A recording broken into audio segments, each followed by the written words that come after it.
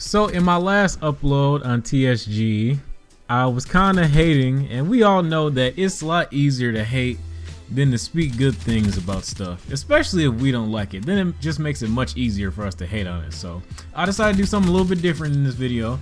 I'm not gonna hate on Infinity Ward for, you know, their past endeavors. We actually just gonna focus on the good. We're gonna talk about the past few Infinity Ward games, basically going back to MW2. Call of Duty 4 I don't really want to talk about too much because I didn't really play that game when it was in its prime. I just didn't, so I don't want to speak on a game like after I've played it when it, you know, like when it wasn't, you know, the main Call of Duty. Especially when I played it, it was like 2 or 3 years old. But I'm gonna go back. I'm gonna start with Ghost. I'm gonna work my way back to MW2. The best thing that I like, and quite frankly, I actually miss it about Ghost. The perk system in Ghost was great. I personally think it's the best perk system that they had in any Call of Duty game because they balanced out the perks in a point system. So let's say you take, I don't know, Deadeye. Deadeye was a 5-point perk, but I think you only got like 8 or 10 perk choices or something like that. Like you only got like 8 or 10 points to pick your perks. So Deadeye took up like half your slots. After that, you couldn't just get like a bunch of other like really good perks and, you know, be like a more balanced build. You kind of had to, you know, make your selection based on your playstyle for that particular class, and it was a little bit more punishing if you want to say, oh, you can either get 2 or 3 big perks, or you can get like 4 or 5 mid-range perks and maybe like 1 or 2 small perks, you know, kind of balance yourself out. So I thought that was a really good balancing system that they did in Call of Duty Ghosts. I really do miss that, honestly. And another good thing about Ghost was that the DLC maps were actually really good. Some people might think that this is kind of backwards, you know, aren't the base maps supposed to be good too? The base maps were okay, but we're not gonna talk about that. We're talking about the DLC maps right now.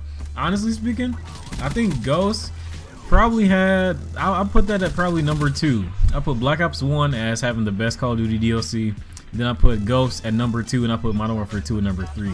Ghost had really good DLC maps. If the game would have shipped with the DLC maps, I'm pretty sure that we would all think very differently about Call of Duty Ghost, because those maps were actually really good. Like, it was not, definitely was not like Black Ops 2 where like I bought the DLC maps and like 2 hours later I instantly regretted spending $15 to buy the DLC maps. Like Ghost, I was actually like very happy with the DLC maps. I always look forward to playing the DLC maps. Like whenever they came up in the rotation when the game was out, I'd be like, ooh, pick the new one. But like in Black Ops 3, it's like, nah, we'll stick to the, you know, we'll stick to the game's base maps instead of picking the new maps, because new maps are garbage on Black Ops 3.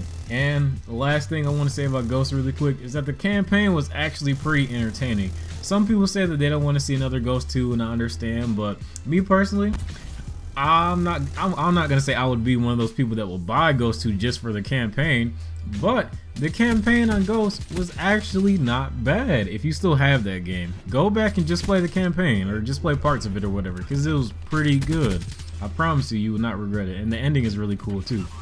Alright, next up, MW3. So in MW3, what they did good, the introduction of specialists was very good. It was a really good change to Call of Duty, because before all we known was kill streaks, and then, you know, they introduced specialists and the support supplier. What is it? The support package, whatever? I don't know, whatever. Forget support. We're just gonna, you know, sweep support under the bridge. We're gonna talk about specialists because that was awesome.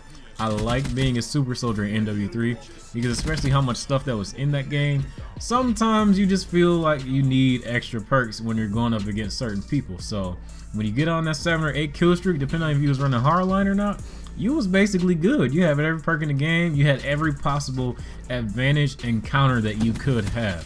Now, would that work in a newer Call of Duty? Maybe not necessarily, but I do want to see specialists come back in some way, shape, or form, because I feel like that actually added, you know, stuff to the game. Maybe one game, like, you know, if you're playing on a really indoors map, there might not be a really big point to run an assault streak, so you slap on specialists, get some extra perks, you know, help you move around a little bit faster and deal more damage, or, you know, do whatever you do. and you know, maybe that'll be a better strike package for, you know, that particular map or scenario that you're in. So I thought that was a really good thing about MW3. Next up was that they had a lot of weapon variety in MW3, and even though like the ACR and the MP7 were still probably, like, I wouldn't say the top 2, the other guns were still like very usable, and you know, you could do well with them. Like, I remember the M4A1 was really good. That gun's always good. The Scar L was good. The CM901 was awesome. The FAD, if you knew how to use it, was really good. What was that? The PM9. I remember that game first came out. The PM9 was garbage. Then like they buffed it, and it basically turned into like a P90. There was a lot of good guns in MW3. Like, honestly, I do have a lot of good memories that were like back in MW3. Like, especially when I was playing like Search with Friends back in the day. But I mean, it wasn't a terrible game. It just wasn't for me. I'm not gonna talk about that. You know what? Not gonna talk about it. Next up to MW2. We're going back to MW2. Good old MW2. Number 1, bring back the nuke. Just bring it back. Bring back the nuke. Bring back the Moab. Bring back the Chem Strike. Bring back one of them. Bring back all 3 of them. I don't care. Bring back a bomb. I want to blow the whole map up. Drop a multi all day. You know how we do. I just want something to happen. I don't like. Don't get me wrong. Getting a nuclear is cool, air quotes, in Black Ops 3 and Black Ops 2. But I mean, you don't get anything for it. You get a calling card once, and after that, you don't get anything for it. Like, it doesn't pop up on the side of the screen so that even like the enemy team knows, oh, like, you know, this dude went nuclear on you, like you suck, like anything like that. Like, it just does not do anything for you. And I'm not saying that, you know, getting a nuclear automatically makes you better than the other team, but it just, you don't get anything for it. So it's like, it's kind of pointless.